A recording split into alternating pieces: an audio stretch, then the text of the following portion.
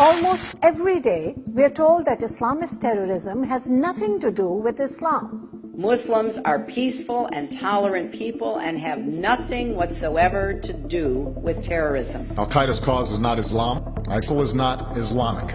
And we are told that Muslims reject the extremists. The overwhelming majority of Muslims reject that interpretation of Islam. It's very important for us to align ourselves with the 99.9% of Muslims who are looking for the same thing we're looking for. But is it true that 99.9% of Muslims don't support extremism?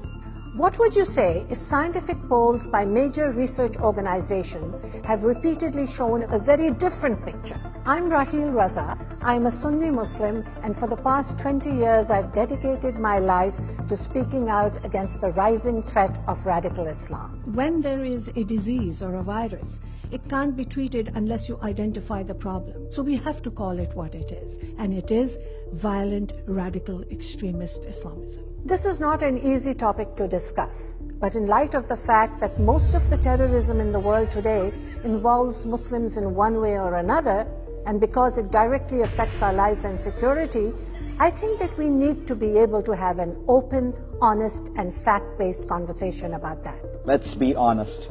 Islam has a problem today. There is a cancer of extremism within Islam today. This is not a conversation about Islam. It's a conversation about the growing threat of radical Islam and how it affects us all. And that conversation begins now.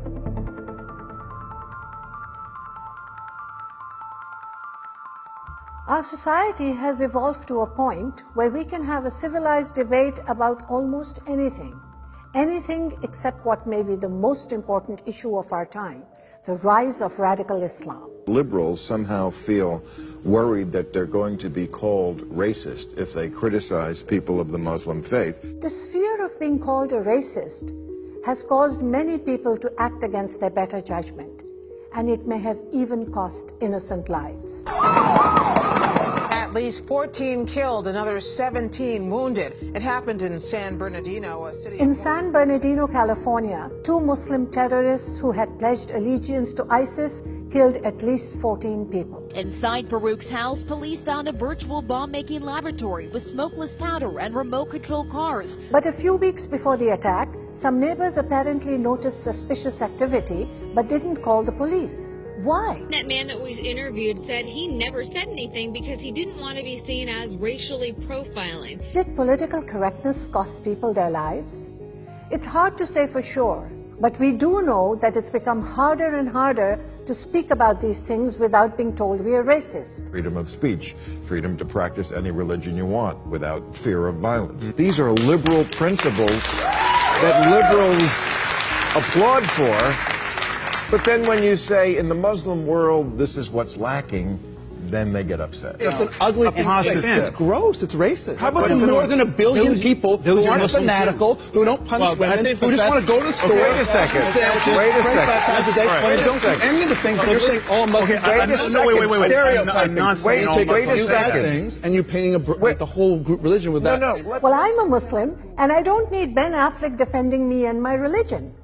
I appreciate it, but I don't need celebrities defending me from talk show hosts. I need to be defended from the radicals in my own religion who want me dead.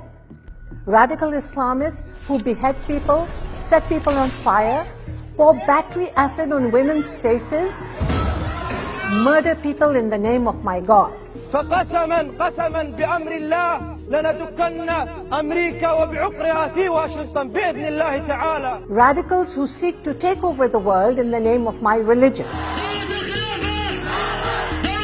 We need to establish the domination of Islam. We believe that the Sharia will be implemented worldwide. سوف تستعيد زعامة العالم. So let's get real and look at some numbers. Today there are around 1.6 billion Muslims in the world. In fact, Islam is the world's fastest growing religion, and according to Pew Research, it will surpass Christianity this century. Now, obviously, not all Muslims are radical, but a certain percentage are. Sam Harris helps break it down for Ben Affleck and for all of us. As you say, we have 1.5, 1.6 billion Muslims. Now, second biggest religion in the world, a quarter. Well, Ben, let me unpack this. Let me unpack this for you. Please do. We have just imagine some concentric circles here. You have at the center, you have jihadists. These are people who wake up in the morning wanting to kill apostates, wanting to die trying. They believe in paradise. They believe in martyrdom. That's the first circle of radicals. Violent jihadists like ISIS, Al-Qaeda, Boko Haram, Hezbollah, Hamas, and various lone wolves. These are the jihadists who murder people in San Bernardino, Texas, Paris, London, Delhi, Jerusalem, Ottawa, Madrid, Nairobi, Boston, and of course New York. These are the horrible bad people, as Ben Affleck said. So how many violent jihadists are there? There are anywhere between 40,000 to 200,000 Muslims involved in fighting for ISIS across the world. That's just ISIS. And it doesn't include the hundreds of thousands of jihadis fighting for Al-Qaeda, Hamas, Hezbollah, the Iranian Revolutionary Guard, and other groups. But the thing about terrorism is that it only takes a handful of terrorists to do serious damage and even change the way a society